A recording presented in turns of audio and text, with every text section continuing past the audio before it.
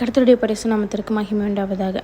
நீதிமொழிகள் 12ஆம் அதிகாரம் 18வது வசனத்தில், பட்டை குத்துகள் போல் பேசுகிறவர்களும் உண்டு, ஞானமுள்ளவருடைய நாவு ஔஷதம் சொல்லி பார்க்குறோம். ஸோ இந்த வசனத்தில் நம்முடைய வார்த்தைகளுக்கு எவ்வளோ ஒரு சக்தி இருக்குங்கிறத நம்ம பார்க்க முடியும். ஒரு வார்த்தை ஒருவருடைய மனதை காயப்படுத்தவும் முடியும், அதே வார்த்தை ஒருவரை எழுப்பி உற்சாகப்படுத்த முடியும். ஸோ நம்ம பேசுகிற ஒவ்வொரு வார்த்தையும் அன்பும் கிருபையும் நிறைந்த வார்த்தைகளாக இருக்கணும்.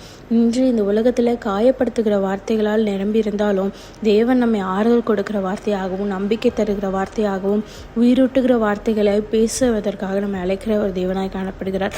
இன்று நம்ம பேசுகிற அந்த வார்த்தைகள் யாரோ ஒருவருடைய இருளில் அது ஒளியாக இருக்கலாம். ஸோ இன்றைக்கிலேருந்து கோபத்தில் இல்லை, ஞானத்தில் பேசணும். குறை கூறாமல் உற்சாகப்படுத்துகிற வார்த்தைகள், காயப்படுத்தாமல் குணப்படுத்துகிற வார்த்தைகளை நம்ம பேசும்போது தேவன் நம்முடைய நாவை ஆசீர்வதித்து பலருக்கு சமாதானமும் சந்தோஷமும் தருகிற கருவியாக நம்ம மாற்ற ஒரு போதுமானவராக கண்டுபிடிக்கிறார். கர்த்தர் தாமே உங்களை ஆசீர்வதிப்பாராக. ஆமேன்.